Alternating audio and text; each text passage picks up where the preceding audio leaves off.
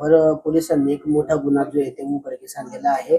एका जणाचं खातं वापरून वेगवेगळ्या आकारा गुन्हे घडले, जी माहिती समोर आलेली आहे. नेमका काय सगळा हा प्रकार आहे, कशा संदर्भातली आपण कारवाई केली, कुणाला अटक केलेली आहे, काय नेमकी प्रक्रिया आहे? मी आपल्याला ही माहिती देऊ इच्छितो की जो गुन्हा आम्ही परवा दिवशी दाखल केलेला आहे त्याला म्यूल अकाउंटचा गुन्हा म्हणतात. म्हणजे एखादा व्यक्ती वेगवेगळ्या लोकांकडून अकाउंट तयार करून घेतो, त्यांना आमिष देतो की तुम्हाला 10-15 हजार काहीतरी आम्ही याचं वापरायचं. जसा हा गुन्हा याच्यामधला जो आरोपी आहे सैनी, त्याने असे आपल्याकडे एक कंप्लेंट मिळालेली होती की त्यांच्या अकाउंटला होल्ड लागलाय म्हणून.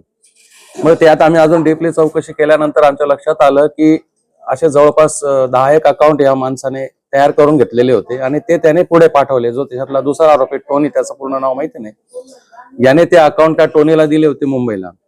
त्याच्यानंतर त्या अकाउंट मध्ये वेगवेगळ्या याच्यातून म्हणजे दिल्ली, हरियाणा, राजस्थान, उत्तर प्रदेश, वेस्ट बेंगॉल, तेलंगणा वगैरे अशा वेगवेगळ्या विविध राज्यांमध्ये जे फ्रॉडचे पैसे आलेले होते ते हे म्यूल अकाउंट जे असतात याचा उपयोग ते सायबर फ्रॉडचे जे लोक असतात ते करतात. तर त्याच्यामध्ये जवळपास 2,15,00,000 आणि ऑनवर्ड्स अशी अमाऊंट वर्ग झालेली होती, जी की त्याच्यानंतर पुढे ते लोक सायबर म्हणजे मनी ट्रेल म्हणतो आपण, मनी ट्रेलच्या सहाय्याने ते वेगवेगळ्या त्या अकाउंट मधून वेगवेगळ्या अकाउंटला ते पैसे काढून घेण्यात आले.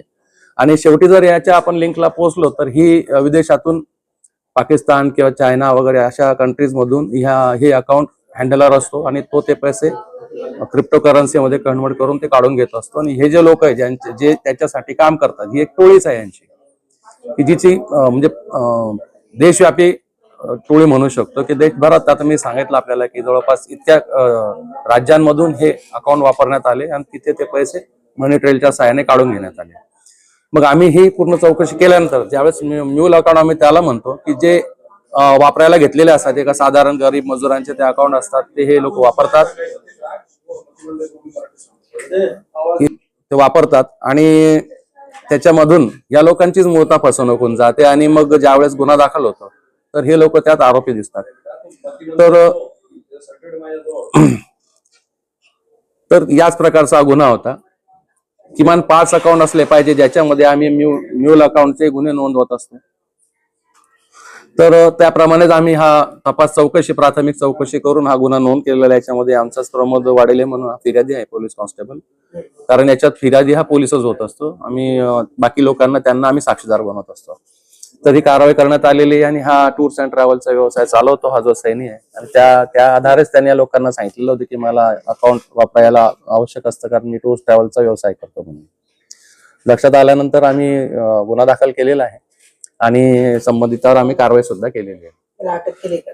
हा, अटक म्हणजे हा बेलेबल ऑफेन्स आहे तसा, त्यामुळे त्याच्यावर कारवाई केलेली आहे. आणि त्याच्यानंतर मग दुसरा जो आहे त्या आरोपीचा आम्ही आता शोध घेतो. सर, याच्याकडे जी खात्यामध्ये जी रक्कम जमा झालेली ती आपण कशी वसूल करणार आहे सर? काय त्याच्या नाही, ती तर आता वसूल करता येणार नाही, कारण ती वेगवेगळ्या गुन्ह्यांमध्ये वापरल्या गेलेली आहे. तर ते अकाउंट होल्ड झालेले असतील आता. म्हणजे ते एकदा होल्ड झाले की ते त्यांच्या वापराच्या कामाचे राहत नाहीत, कारण ते फ्रीज होऊन जातं, ते अकाउंट फ्रीज होऊन जातं. त्यामुळे त्यात कुठल्याही प्रकारचं ट्रान्झॅक्शन होऊ शकत नाही. परंतु ती फिगर आम्हाला यात घ्यावी लागली, कारण ते अकाउंट वापरले गेलेले होते. म्हणजे आम्हाला तो पुरावा होता की ते ज्या FIR असतील ते आम्ही कलेक्ट करू, कुठे कुठे दाखल असतील ते गुन्हे, आणि त्याच्यानंतर या गुन्ह्याचा जेव्हा चार्जशीट होईल त्याची पुढची जी साखळी आहे, तो टोनी ज्यावेळेस आम्ही त्याचा शोध घेऊ, तो मिळाल्यानंतर त्याची पुढची साखळी आम्हाला माहित पडेल आणि त्या पद्धतीने मी पुढची कारवाई करतो. देशभरात रॅकेट सक्रिय असं शक्यता वाटते सर? किती लोकांचा सहभाग? याचं अनलिमिटेड अनेक टोळ्या आहेत.